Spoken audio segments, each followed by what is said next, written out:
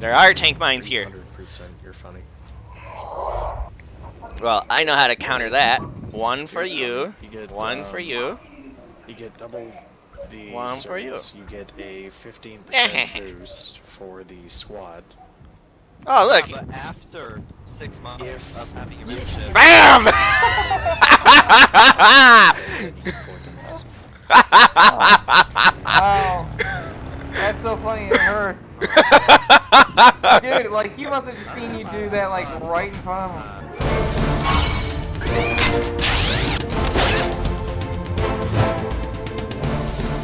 Hello, Lethal Dose 50X here with another episode of Planetside 2, The More You Know, the series where I give you tips and tricks to help you out in Planetside 2. Last time I talked about the basic mechanics of the anti-tank mines. If you missed it, click on the link in the description or the annotation. For today's episode, we will be building off of that video and go into details about using the anti-tank mines effectively. Let's get started. First off, let's talk about different placement strategies. You can place tank mines solo, but they can fail to get kills sometimes. I highly recommend placing tank mines in what I call the buddy system. Place 2 tank mines in the same spot together. If they get triggered, the vehicle is definitely dead. If you choose to not do the buddy system, you can create patterns using tank mines. Commonly created patterns are the row, the column, and the diagonal. If you can carry a lot of tank mines, you can kind of combine the patterns with the buddy system strategy. When placing tank mines in open combat areas, try to place them in plants, shallow water, on the downhill slope of a hill, or in other words, not obvious but still accessible to enemy vehicles. Placing the mines on a downhill of a slope also has the added benefit of the enemy vehicle having momentum and not be able to stop in time if the mines are spotted. Also, it is hard to look just over a hill while in a vehicle. The easiest location to place tank mines is in front of a vehicle spawn pad. Don't place them on top of the vehicle pad, the mines will just explode right away. The same thing happens with C4 and anti-personnel mines, by the way. Placing tank mines in a paying field is also a bad idea too.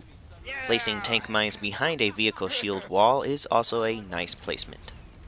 If you know your current base is lost and enemy armor is on the way, fall back one base and get some tank mines in the areas on the road or in Sunderer garages ahead of time.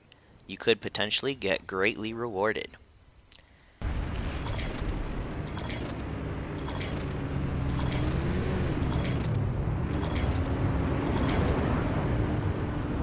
If you see enemy tank mines, you can place your own tank mines amongst them. When remembering the buddy system, you only need to place one of your tank mines next to the enemy mine to get the double hit, since tank mines activate each other.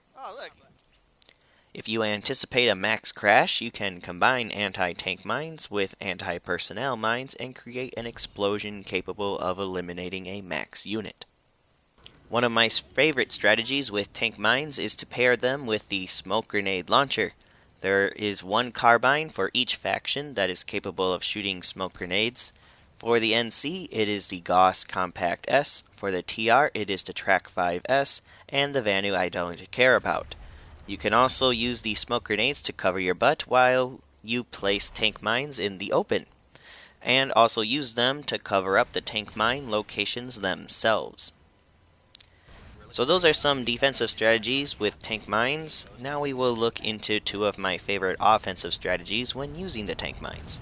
My first recommendation is what I call the Sunderer Assault Loadout. Basically, if there is a non-shielded or non-mine guard Sunderer, this loadout will instantly blow up the Sunderer spawn point. I will use my TR character as an example. For the primary weapon, use the Track 5S. For its attachments, use the underbarrel smoke grenade launcher. I also sometimes attach the HSNV scope to see through the smoke I will cause. I do attach a suppressor to keep my position off of the minimap, and soft point ammo to increase my close range abilities.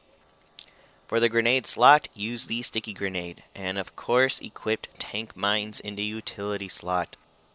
The overall tactic is to use the smoke grenade launcher to get close to the vehicle, and throw a sticky grenade and some tank mines.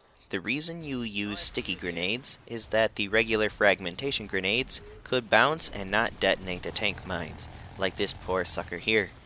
Yes, fragmentation grenades will bounce off of snow because of nanites. Don't move this under, don't move this under. If you die before you can explode your tank mines, don't worry. Your tank mines will still be there when you respawn. Your teammates can explode the mines for you, and you will still get an assist for blowing up the Sunderer. I find the tank mine strategy sometimes better than C4 because C4 will disappear if you respawn, and it always feels like you die right before you can press the detonator. Sometimes your enemies will blow up your mines and cause more harm than good. Sometimes your enemies will try to drive away from the mines and activate them with the vehicle's movement.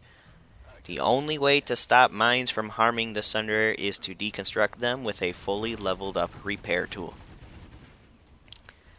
The other way I use this tactic is to assault max units. It is basically the same thing. Use the smoke grenade launcher to close the gap, throw a sticky grenade, and poop out some tank mines. Overall, try out the tank mines. It is an easy way to take out a force multiplier. Well, that's it for today's episode. I hope you enjoyed it and found it useful. If you did, please give it a like, share, and subscribe for more tutorials like this. Check out the description for more info. Thanks for watching, and I will see you next time. Lethal Dose 50X, signing off. And Ian, I guess. I was talking about my Spitfire turret alerting me. Oh, you're like, well, thank you for the alert. The alert. I was like, oh, okay, yeah. What did I kill?